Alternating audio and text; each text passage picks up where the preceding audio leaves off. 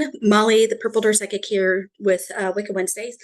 So last time we talked about kind of spell books and doing a little bit of spell work and everything. Well, today we're going to discuss just a little bit about where we do our spell work, and that is our altar. Now, your altar can be anything that you want it to be, really. It can be any shape.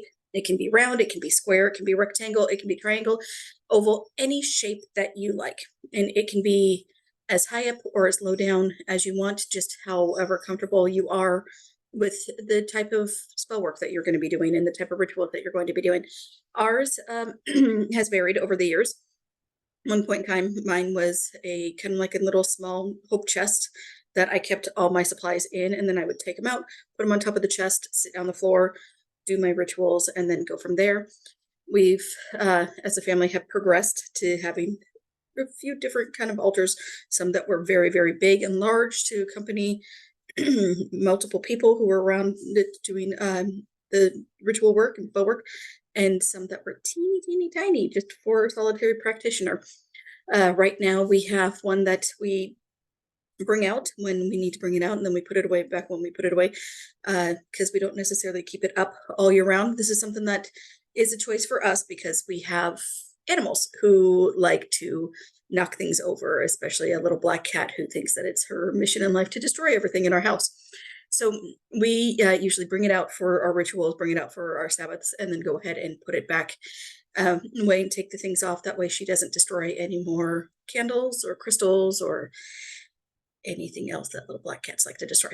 So with that, so on your altar, you can have, as I said, you can have just about anything that you need to have on your altar. You can decorate it however you want to decorate it. Yesterday in my TikTok, I showed where we put our Yule log up for Yule and everything.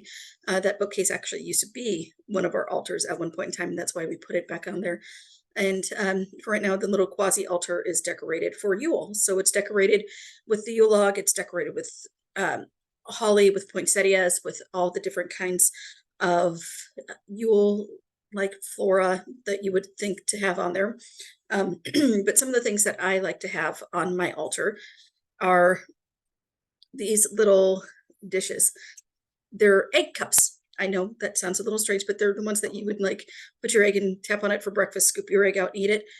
These are fantastic for keeping any kind of herbs or anything that you need for your rituals. I absolutely adore those. And then of course, candles. Different candles from different shops will have different properties involved with them. They will be different ones with different smells. These are some of my favorites. Sometimes I just leave them out so I can smell the oils in them all the time. So you definitely want to have candles, as many as you possibly can, around your altar, for your altar. And some fun little iconography. This is, as you can see, is the goddess. I found this a long time ago at a thrift store. Thrift stores are fantastic for finding things for your altar, such as this that I have right here. It's a little salt dish, and it has the salt in it for when we do our circle casting, because you want to make sure that when you cast your circle, you have salt, and you spread salt around your circle at least 3 times minimum. That way you can go ahead and make sure that your circle is safe. Going back under the candles, fantastic candle holders. They are also incense holders. I found these at a thrift store. So yeah, look for all those kind of fun, quirky things that you can find at the thrift store. Found these, found these at the thrift store, found the bowl for my salt at the thrift store, found a lot of things at the thrift store, found my chalice at the thrift store. Now this, when we had the altar up all the time, I would constantly keep something in this for the gods and goddesses and also the fairies, because as we know, the fairies are a little mafia when it comes to not getting paid by with food and drink and everything else. Another thing that we would also leave out on the altar, aside from an offering of drink, would be an offering of food. So we would leave out some kind of bread, some kind of grains, just something that the gods and goddesses, and of course, the little fairies, would like to have. Then talking about crystals, so we usually have different crystals on the altar, just depending on what the kind of ritual is, what the different kind of Sabbath that we're doing. You can also keep any other kind of crystals that you want on your altar.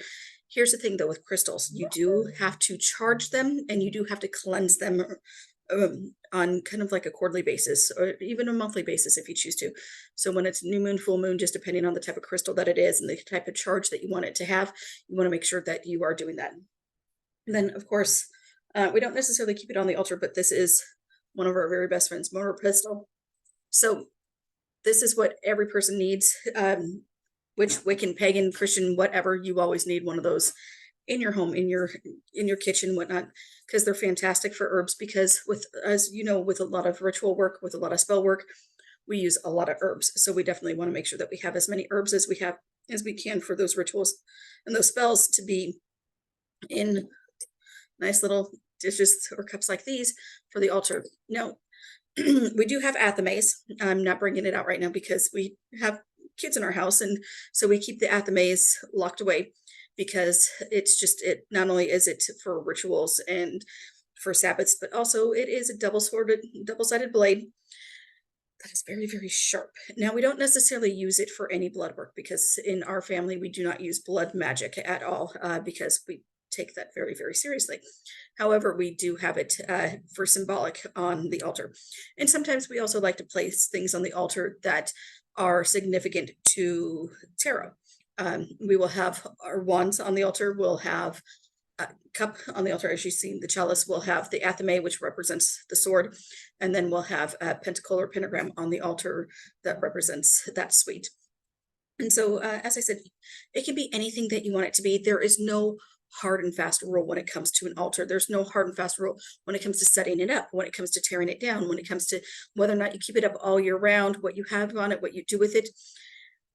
It's whatever matters to you. It's whatever is important to you and whatever is the best for you and your family. I mean, I used to just keep the altar just up all year round, and this was before the destructive cat, and just keep it up all year round. That way the kids could go ahead and participate in it, every Sabbath and see, oh, okay, this is how we do things. Used to make altar cloths. Nowadays, there are fantastic, fantastic sellers online. Not going to list them all or talk about them all because I don't want to show preference to one over the other. But you can find great, great altar cloths in so many different, on so many different online settings, or even make your own. I did that a lot, and I had a lot of fun making my own altar cloths where I did it to coincide with the different Sabbaths and different times of the wheel of the year. In fact, for Yule time Sabbath, my altar cloths were always red and green because the holly and the mistletoe and the poinsettia is always the red and green kind of motif. So just have fun with it. Have as much fun with it as you possibly can. And if you have any questions, you can always reach out and ask me. All right, thanks. Bye.